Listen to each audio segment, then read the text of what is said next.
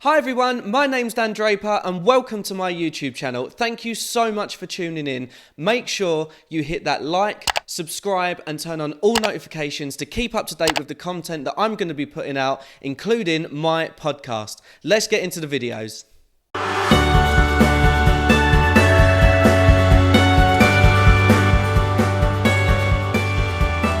Hi everyone and welcome back to the Dan Draper podcast. Thank you so much for tuning in. I really do appreciate it. Today I have a very, very special guest coming on the show who is an incredible mental health advocate, but also one of the biggest names that you can see on TV and radio. So Vick Hope, would you like to introduce yourself now? Oh, I don't know about that, but it's lovely to be here. Thank you for having me, Dan. It's lovely to chat to you again. Honestly, Vic, thank you so much. I know we did our live a little while ago, and I could not wait to get you back on. I'm really appreciative that you said that you would. So, how are things? How are you? Good. So I've just covered breakfast this morning on Radio 1, and it's been a while since I did a breakfast show, since I got up at that time, and I'm feeling it. I'm so sorry if I start to slur my words or stop making sense. That is why you don't realize until after you leave and you get a bit of sleep, you sort of gather a few weeks of sleep, get it in the arsenal. You're like, oh my gosh, I'm a whole new woman. And you realize that sleep, they talk about it a lot. They're always saying, get your sleep. And you're like, yeah. But no, really, it makes all the difference. But because you're working like crazy all the time. Oh, don't. So, I also do a breakfast show just 2 days a week at the minute. But yeah, it's a lot, isn't it? That 5 a.m. wake up call. Luckily, it's getting a bit lighter now. So it makes your day a bit better. But it makes a huge difference. So seeing a little bit of blue sky is actually really nice. And it's sort of when you're doing it for a one-off or whatever, it feels a little bit like you're about to go on holiday, so it's quite exciting in the morning. Yeah. But how have you been apart from that? How's everything going? Good. I was thinking the other day about how at this point of the year we're as far away from winter as you can get. It is nowhere near. We don't even have to worry about the impending dark and cold of winter. It's so far away, and thinking about the year like that, it's really positive. It really helps me. I feel like I've got stuff to look forward to, because it can be hard, can't it, at the moment? There's so much uncertainty. We still don't exactly know when things are going to change, what they're going to change to, what we're going to be able to do, whether we can look forward to some of those things that we love. So that's just a little thing, and it's something that we all have. We have no winter for a long time, so don't even worry about it. So that's making me happy. And little spring things, like I buy daffodils for myself, and you buy them in their buds, and then you put them in the vase, and all it takes is overnight. You wake up the next morning and they've bloomed. They're a full flower, and it happens every year. It happens every time, and it gets me every time. It makes me so happy. So I'm feeling positive and looking out for those little things at the moment, and we're getting there. We're getting there. I can definitely tell that spring has sprung as well, not only because of the weather, but hay fever is going mad. Yeah. Piriton is hitting me up at the minute. High pollen count. I'm so sorry. Isn't it funny, when we romanticize these different times of the year, we romanticize holidays, we always forget in our imaginations about stuff like hay fever and mosquito bites and flies. They really just happily sort of edit them out of your idyllic view, and then you come to it and you're like, oh yes, my old friend hay fever, I forgot about you. Here you are, once a year. Always the anniversary we look forward to. Yeah. So Vic, thank you so much for coming on. I really do appreciate it. So how did you get into your career in the industry that you're in now? Where did it all begin for you? I've always been interested in that. So I began as a journalist, as a print journalist. I was doing a degree in modern languages at uni, French and Spanish. And I went to live in Argentina, in Buenos Aires, to work as a journalist for a newspaper called the Argentina Independent, where I covered Latin American politics and current affairs. The internship turned into a sort of writing job right here and there for them, as well as doing other jobs. I was working for a human rights film festival at the same time, and working in about 3,000 different cocktail bars around Buenos Aires to make money. I had a job as a virtual dating assistant, which was technically a writing job, doing people's online dating for them. I used to walk around Buenos Aires, followed by a mariachi band, wearing a sombrero, giving out nachos for a, for a taco house. Yeah. So I did a lot of things, but I was writing first and foremost. And it was just through that I met some guys from MTV US who were filming in Buenos Aires. I think because it was cheap and because they didn't have as many health and safety rules to follow. So they were like, yeah, we need a presenter for a pilot who can speak English. I was like, well, I speak great English. I'll give it a go. And screen tested and got the role. And it was really fun. Like it never got made beyond a pilot. It was just that. But I really enjoyed it. Got a taste for it. I really enjoyed chatting with my mouth. I always knew that I liked telling stories and communicating as a journalist. But I guess when you're younger and at your school and uni and stuff, you tend to have newspapers open to you as a mode of like entering the world of media. There aren't necessarily TV or radio opportunities or as many. So it never really occurred to me. But I was, this is the same as what I was doing on the paper, but now I'm doing it with my face. And I like to chat, and it seemed like a good thing to pursue. So came back to the UK, finished my degree. But during that last year of my degree, I was I sort of had some contacts at MTV through the job that I'd done. And I was literally just coming down and helping. It wasn't even presenting stuff. It was like helping out around the office, doing work experience. And just in my like Easter holidays, half terms, whenever there was a bit of a chance to help out. And same went for ITN. I made a contact there and they let me come and do some bits and pieces. And it just meant that as soon as I graduated, MTV got in touch and they said, look, we've got this internship that'll open up. Would you like to do it? Because you've been running for us and doing bits and pieces. So yeah, and it was great. MTV, I don't know if they still do it, but MTV News, it was called the production internship, and it was incredible. You learned to script, to edit, to shoot, to interview. You just did everything. And like a huge part of the job was just like making teas and coffees for the presenters and the producers and stuff. But I loved it, and I loved getting stuck in, and it was a great place to learn how, not really as a presenter so much, just learn how the industry worked, learn how television was made, which I think is really important, like understanding holistically the whole process, the whole creative process. Because, you know, having a bit of creative control over your content is important. It means that a producer can trust you in future, whatever it is that you want to do. And it means you're quite invaluable, because a lot of the jobs that I did early on, when I then moved to ITN after a couple of years at MTV, ITN and For Music, I was working as a producer presenter. So I was on the news and entertainment desk, doing graveyard shifts, so like midnight to 8 a.m, making breakfast news packages, which meant that you had to script it, you had to present it, you then had to edit it, you had to deliver it. So it was really handy to be able to do everything. And I learned so much between MTV, ITN, For Music. They were the first three that I really got stuck into, and I was working for a lot, but all the time doing freelance other bits and pieces, assistant producing and researching on productions, helping out with some like multilingual like bits of research as well for certain productions, stuff like that. But yeah, I was working all hours of all days, as you know well. I would do graveyard shift, midnight to 8 a.m, then go straight on to another job. And it was just that for a long time. And, you know, For Music turns to some Channel 4 stuff or some E4 stuff, and ITN turned to some ITV and ITV2 stuff, and ITV2 turned to, and it was just, you know, building from there and bothering lots of producers with show reels the whole time. Yeah. That's what I'm learning at the minute, is just chuck it. Yeah. But no, I remember back in the day when you know you first started and seeing you on those programs, and like you were doing coverage of a few things to do with the festivals and things like that as well. And how did your career then progressed? And I obviously remember you from Capital FM, and you were doing a breakfast show there and things like that. So how nervous were you in the beginning when you were going through those first bits of either in front of the screen or on radio? What was kind of running through your head at that time? Well, the same that runs through your head now. Like even today, covering breakfast on Radio 1, like I was nervous. I still get nervous because I care. And I think that it's just always a sign that you care. It's not a bad thing. Nerves are not a bad thing. It's just how you sort of harness them.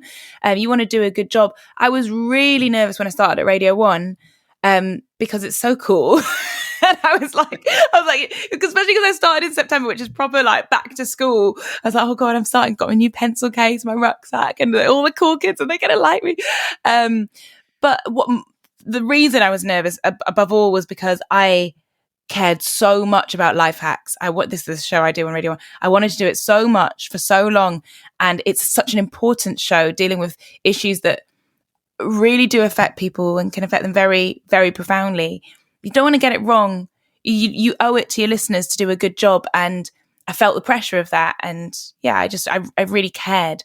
But at the beginning, I guess it was for exactly the same reason. I just had less experience of it, of that feeling of really, really caring, wanting to get it right. But I was probably nervous, thinking that there was a right and wrong way to do it, which is something I've realized that there isn't. There are skills for sure, and there's stuff that I'm still very much honing and crafting, but it's more about being yourself. And I didn't really know that. And I also probably didn't know how to do that at the start. So I was trying to imitate people that I loved, broadcasters that I loved and had seen on the TV or the radio growing up, and thinking maybe if I use that intonation or those turns of phrase or move my head in that way or move my hands and my arms in that way. So I was probably overthinking things, and that can bring you a lot of nerves. It's quite cyclical. Like it's your nervous energy that creates that and vice versa. But that's something that over the years you kind of learn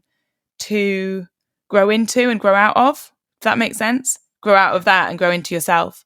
And when someone says to you, oh, you need to be yourself, like it's so much easier said than done.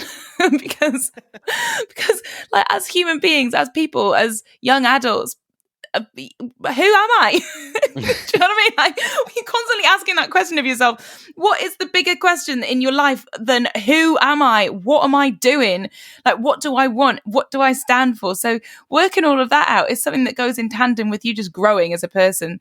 But realizing that you don't have to try and be anyone else is something that helps shape the nerves, because once you're being yourself, you know you can do that pretty well. Do you know what I mean? Like you've sort of got that one in the bag. No one else can do it. And once you're confident in the fact that someone's hired you for you, then you can rest into it a little bit and concentrate on the nuts and bolts of whatever it is that you're trying to deliver.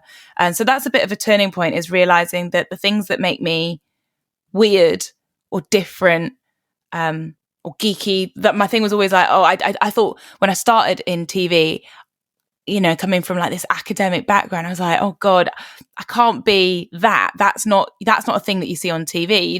You especially don't see someone who looks like me talking about the stuff that I actually quite like talking about in my spare time, because there's certain stereotypes that, you know, boxes that have been ticked traditionally in mainstream broadcasting. And I didn't think that I could sound a certain way. So sort of put on a bit of a facade. And once I realized that actually, if I am myself, then I'm not going to have any competition to get jobs. And you don't have to think about it like that. You can just think, oh, well, if they want me, they want me. And if they don't, they don't. But that's still, I'm just being me. That's quite enlightening, and it helps you just relax into everything. And then it helps you be yourself. And once you're yourself, you become a better broadcaster. So that's how the nerves have sort of progressed, is just by getting more comfortable in my own skin above all else. Yeah, and I think that's something that I'm slowly learning as well. And shout out to Jay from Disruptive for helping me out with that. But you know, for me, like you said there, people look into you, whether it's, you know, broadcasting, whether it's a job or anything like that, it will be, you will always put yourself first, and you being unique and showing yourself will be the selling point, because no one else can do you. No one else can be Vick Hope. No one else can be Dan Draper, you know, and that's the biggest thing. And that's actually something that me and Melvin were talking about previously, because Melvin was telling me about life hacks when he was on with me last series. And one thing that Melvin was talking about with yourself, and when I spoke to him about it, was Strictly. How was Strictly for you? Yeah. It's magical. It's like there's nothing else like it. It's such a unique and in many ways bizarre experience, of course. Like it's its own little bubble of glitter, and I loved it. Like I loved the music and the outfits and the makeup and the hair and all of these people who are so incredible at their jobs. Like the level of craft on that show is mind blowing. Like watching Vicky Gill, who's the head designer, hand sewing like individual rhinestones onto these outfits that have been made just for the shape of your body. Like it's incredible to behold, and a real privilege to get to be a part of. It's an incredibly intense experience. That like you're in this other world while you're in it, and then as soon as it's over, you feel like really bereft. You're like, oh, what happened? I completely lost track of reality. I was literally inside this bubble for however long. And it's longer than you think because you start in, I mean, it was different last year because of COVID, but you start in August, quite early August, I think it was. So you're actually doing it for August, September, like 4 months. It's like a big period of your life, you know. I remember because we used to talk about it when I was on Capital, and Ro went to the jungle, and he was like, I don't know how you did it because the jungle is 2 weeks. It's 2 weeks. It's very intense, but it's 2 weeks and then it's done. Whereas Strictly, it's just you just keep going. And I was really exhausted. I was getting up at 4:30 every day doing a breakfast show. Then you do all your kind of interviews and extra bits at the end of the show, leave maybe by about 11, go straight to rehearsals. Then you're rehearsing for maybe 8-9 hours, and that's every day. So some days I was getting maybe 4 or 5 hours sleep. Most days probably 5 hours sleep. And I was a shell of a human being. I didn't really recognize myself during that time. And I wish I could. So the one thing I would say is if anyone who's doing it or thinking of doing it, is just to like enjoy yourself. It sounds so simple, but that's what Daisy Lowe said to me. She gave me a bit of advice before going on it, and she was like, just enjoy yourself. And I was like, yeah, obviously I'll enjoy it. Is that advice really? But the truth is I forgot to so much of the time because I was so tired and I was getting so nervous on Saturday nights before the show, and I was so stressed out about getting it right. I was such a perfectionist and quite a competitive person, and I was like, all about like, will I get the steps right? It doesn't matter. It's just a bit of fun. It's just, you know, it's a dancing show that brings people joy on a Saturday night. And I wish I'd seen it as that a little bit more because it is so joyous and such an amazing, magical thing to be a part of. I should have just reveled in it, like literally bathed in glitter and basked in that a little bit more instead of getting too het up in the competition and the press, which is very, very overwhelming. Oh my gosh. So, I mean, it was amazing, but I'm sure everyone who's done it would say, I wish I could go back and do it again and just like take stock of it a little bit more and enjoy it a little bit more. Yeah, it looks amazing. What's your favourite dance that you did on the show? Oh, well, I only had 3 really that went down like particularly well, but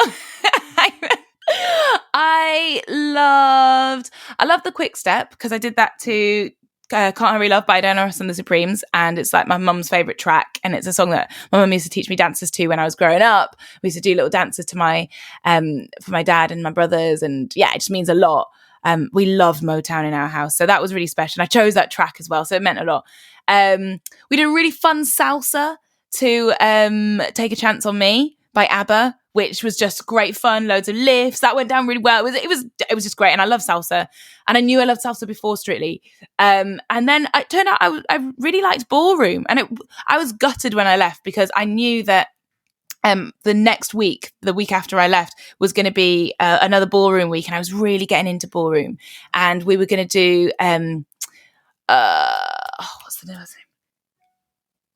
Oh, and we were going to do Dangerous Woman by Ariana Grande, and it was going to be for Halloween, and I was going to be Medusa with like snakes in my hair, and I was so excited because I knew we were going to do something really beautiful, and I was so gutted not to get to do that. But we did a really beautiful dance to Somewhere from West Side Story, and I felt like a princess. I'm not going to lie, I felt so like I just loved how magical and glittery and sparkly, and it was lovely.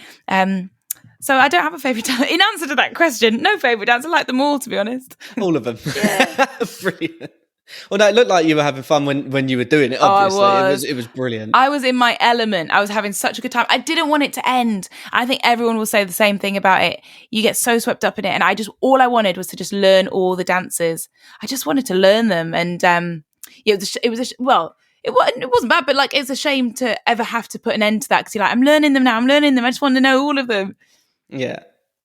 No, it looked, as I said, it looked brilliant. But Vic, we got chatting over Instagram, and obviously we did our live, and we were talking about mental health. And obviously the reason that I got you on stage is to talk about that. And, you know, why did you start talking about mental health? Because you're such an incredible ambassador for mental health. But why is it that you started talking about that?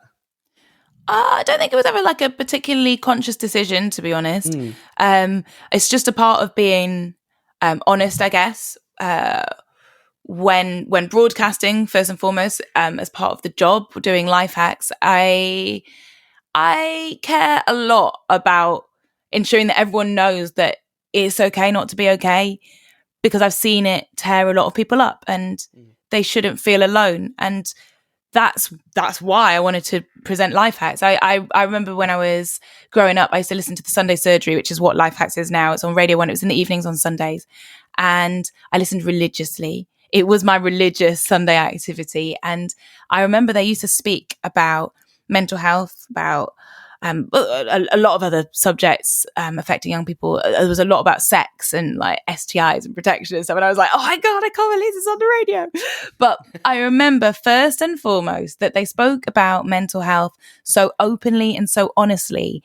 And it was a solace. Like, it was this place that I heard stuff talked about that I'd never heard talked about anywhere else, but I had felt. And so when you feel those things and no one speaks about it, you feel like there's something wrong with you, and you feel alone, and you feel confused, and it makes it worse. And Radio 1 made it better. And I will never be able to thank them enough for that. So the fact that there was this community was such a special thing, and it was such a nurturing thing.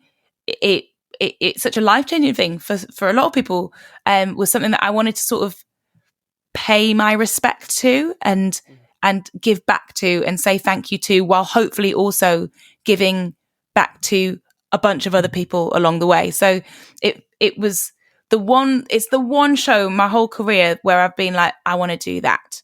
Every other thing has been like a part of the journey of like, oh, well, that seems like a good idea. Why not? Let's try it. Or things happen. But this is one where I've been, no, I really want to be a part of that community.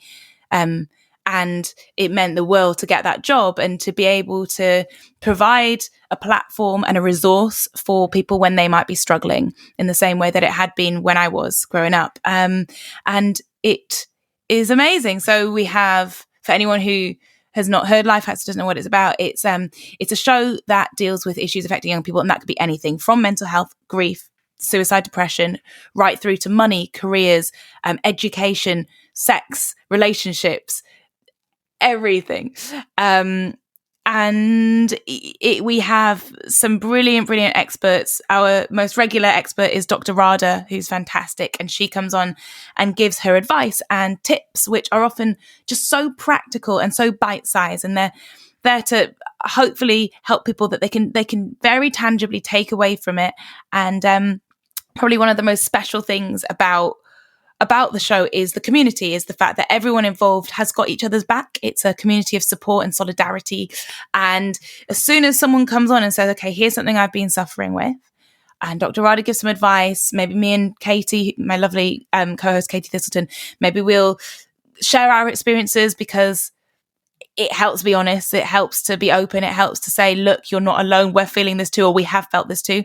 As soon as that happens, the floodgates open on the text, and you see so many people getting in touch saying, I've felt that way too, or thank you for pointing me in the direction of those resources or those numbers, a place that I can call if I need to talk to someone, some support.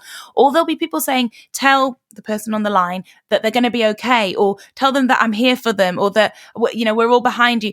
Everyone is there for one another. And I think one of the biggest things at the moment that is really negatively impacting our mental health is loneliness, people feeling like they're on their own. And all of a sudden we have this place where it's like, no, you're just not on your own. Look at all these people, look at hundreds of people saying to you, you're not alone.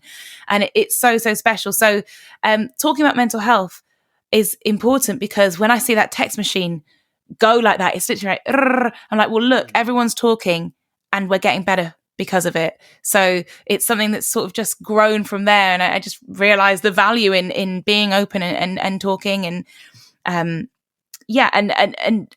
just sharing that message that it's okay to not be okay all the time. Like, we have all of these feelings in our mind, and it's literally, this is only something that I've realized quite recently. It's something that in fact I've learned from doing the show. Maybe it was Dr. Rada who said it, but we've got all of these feelings in our head. There's not some feelings that are positive and some feelings that are negative. Feelings don't work like that. You just feel. It's what you do with different feelings. You will sometimes wake up and feel sad. It's how we then deal with that. And if we bottle it up and don't say that I'm feeling sad, then it can get worse and it can spiral. So, I talk about mental health because we need to talk about mental health, because it's necessary, because it's important. Yeah, exactly. And it's, you know what, it's, for me, it's exactly the reason why I started the podcast. And it's exactly the reason of opening up, because, you know, men especially are Yeah. rubbish at talking about mental health. We are. And I think that's where I kind of wanted to release the stigma around it, because for me, you know, I had my struggles with grief and things, years ago, and still dealing with it now, still unpacking it a little bit now. But I think, like you said there, and when we spoke on the Chinwag challenge that I set up, that was set up to combat loneliness and to go through the motions and show people that, you know, it is okay to open up and it is okay to talk if you feel comfortable to. If not, you know, if you're struggling with your mental health, then there's other tech services that are out there like Shout and Samaritans and other things like that. And I think you're right. I think that throughout this lockdown, this particular lockdown, I've really got to know my mental health a lot more, because last year I was just going 1,000 miles an hour and I was just going, right, you know, I was on the verge of burnout. And it was only since really Christmas and this lockdown that I've kind of gone, okay, look, take a step back, like breathe, chill out, you know, do some more stuff for you rather than what you're investing in. Yeah. And it's so important. Even just having a bath, like, it makes such a difference. And and for me, exercise and mental health go hand in hand. I mean, I haven't been fantastic at it. I'm just starting to get running again, but but don't beat yourself up about it. Honestly, yeah. Honestly, well, I live near a Tesco, and you see the 50p pack of Oreos, and you're like, yeah, that'll do. I love that. You know what? There was something. So on Life Hacks, we've been making this lockdown wellbeing toolkit, which is a series of 12 episodes that deal with different subjects each time. So everything from creativity to motivation, study life balance, sleep, stress, anxiety. So they're all sort of different subjects. But one of them, motivation, there was something that Dr. Julie, our psychologist, said that sounds really obvious, but I just never thought about it. She said, you don't necessarily wake up feeling motivated. Like you're not going to wake up and think, okay, yeah, I'm ready to do my marathon. And then you just do it. You have to create motivation. It's not instilled in you. And if you make the goal too big, then you're never going to have enough motivation to conquer it.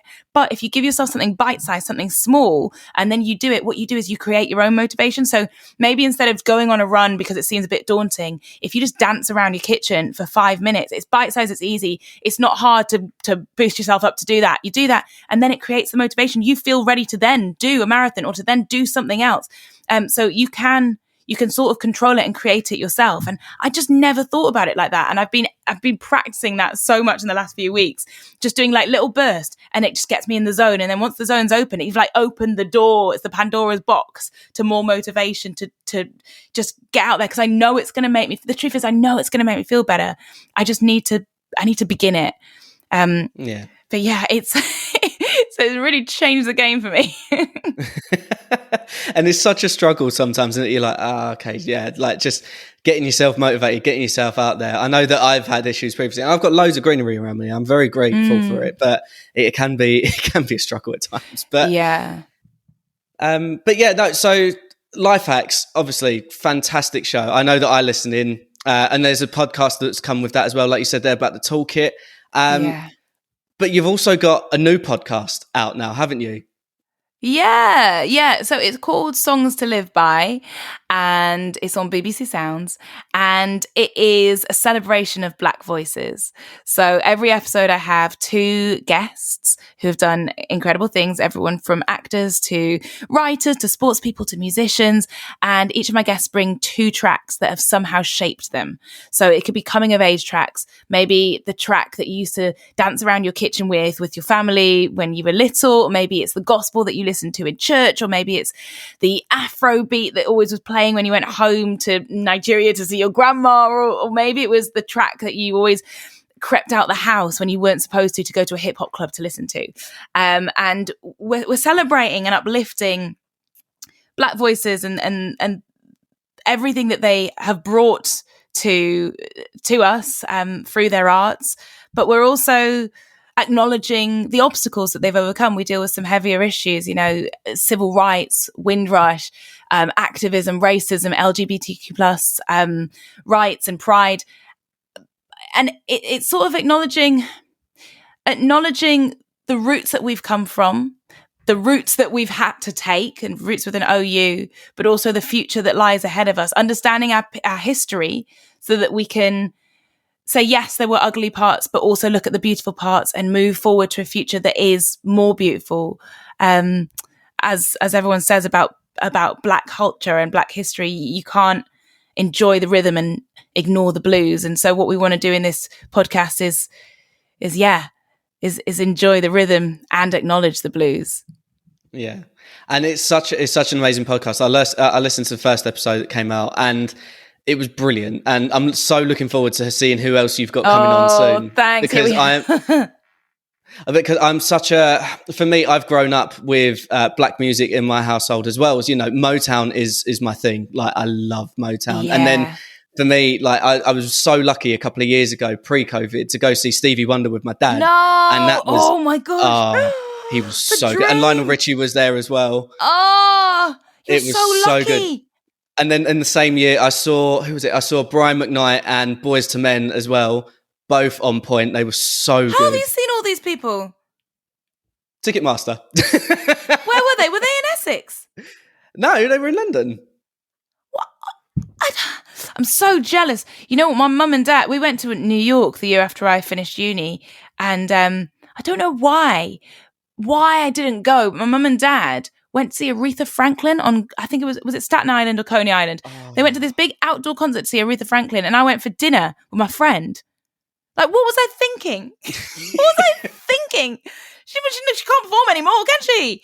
I don't know what was wrong with me. But yeah, I mean, this podcast, if you love your music, we've got everything from gospel to soul to house to R&B to hip hop to rap to reggae to roots. It is a music lover's paradise.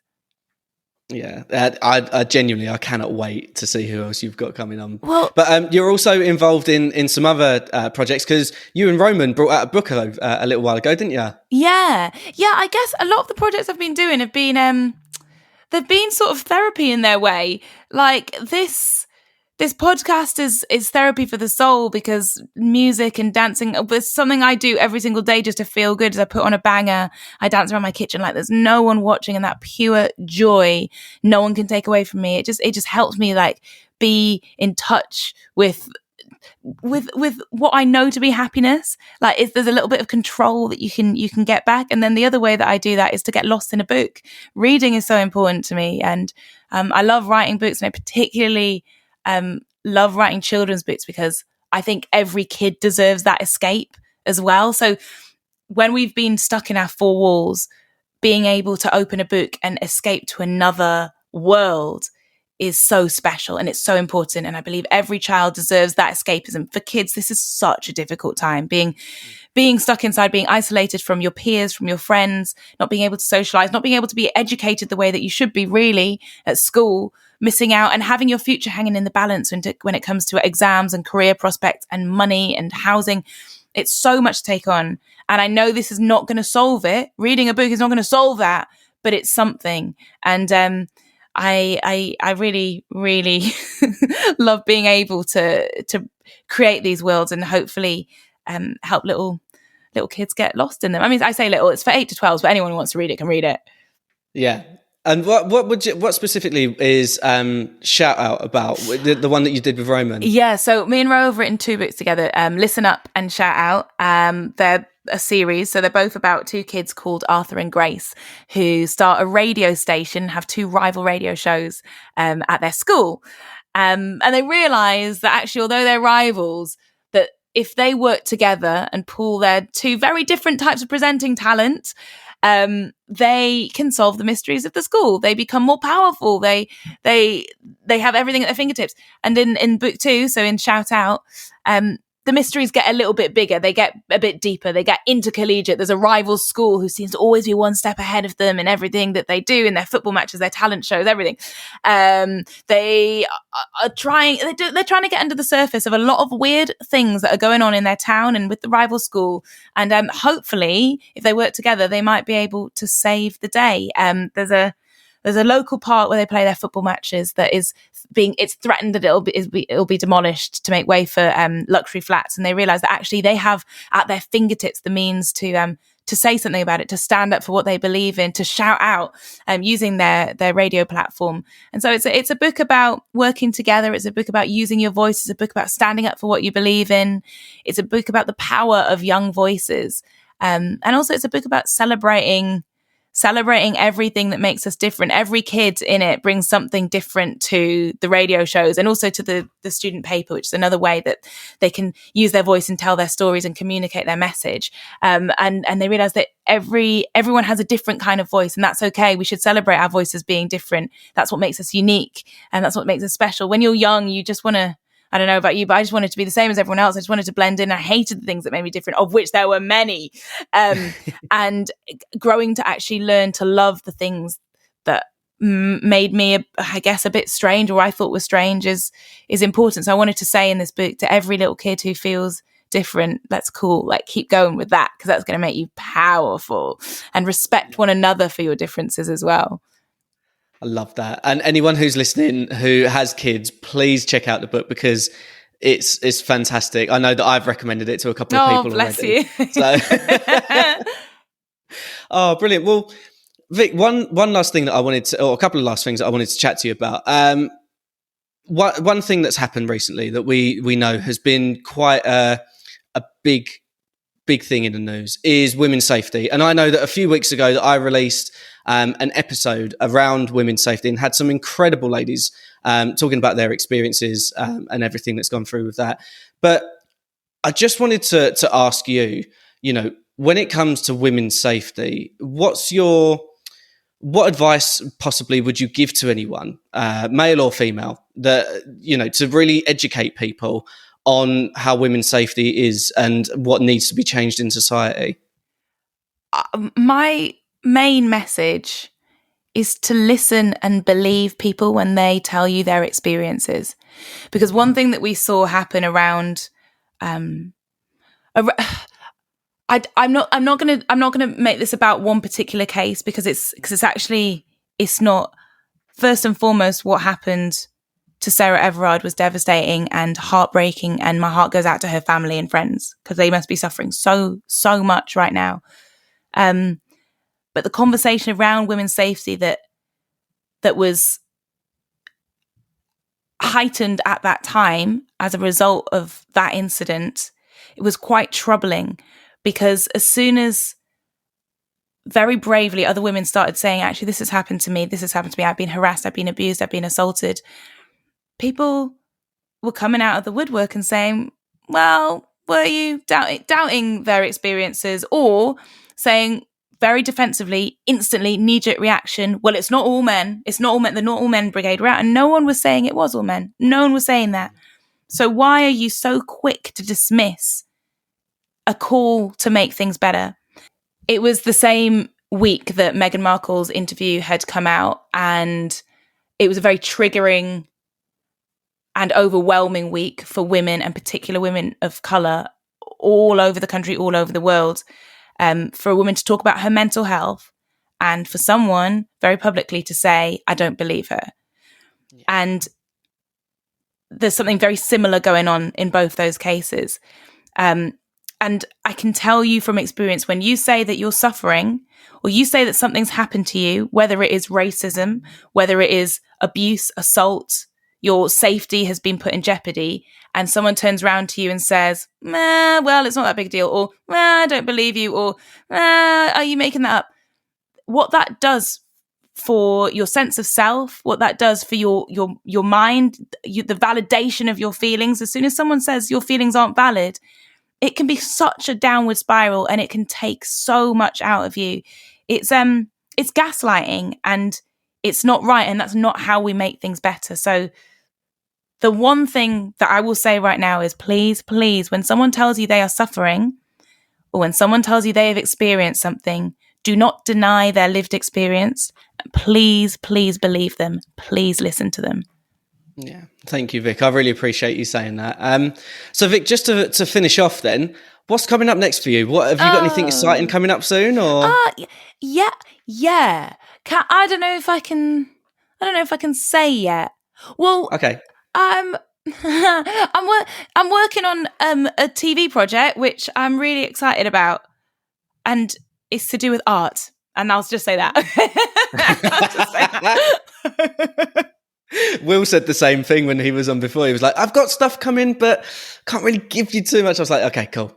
Well, we've got episodes of Songs to Live By out with Benjamin Zephaniah, Jordan Stevens, Lady Phil, who's incredible, the founder of Black Pride, Sophie Duke, the comedian, but we've got lots more to come. So they drop every single Friday on BBC Sounds. And I really, really hope you enjoy them. And and make sure if you need it, or even if you don't, check out the Lockdown Wellbeing Toolkit from Life Hacks on BBC Radio 1. That's also on BBC Sounds. There's just so much in there from our experts that I've found really helpful. It's really helped the way that I've looked after my well-being and I guess nurtured and protected my energy during this time. And we are still working our way out of it. Things aren't quite normal yet. So look after yourself, and maybe there's something in there that can help. And I guess if you want to read.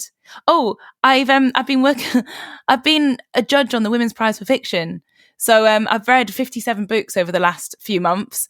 And the long list is now out, and the short list will be out on the 28th of April. So keep a lookout for that, because I cannot recommend the books on that list highly enough. There's some incredible reads on there. So if you're looking for a good read, I'll be able to sort you out. So you're gonna take a break when we can, right? Oh no, but I tell you what, I was one of those people. Well, I still am to an extent, but I work a lot. I feel weird and lazy if I'm not always working.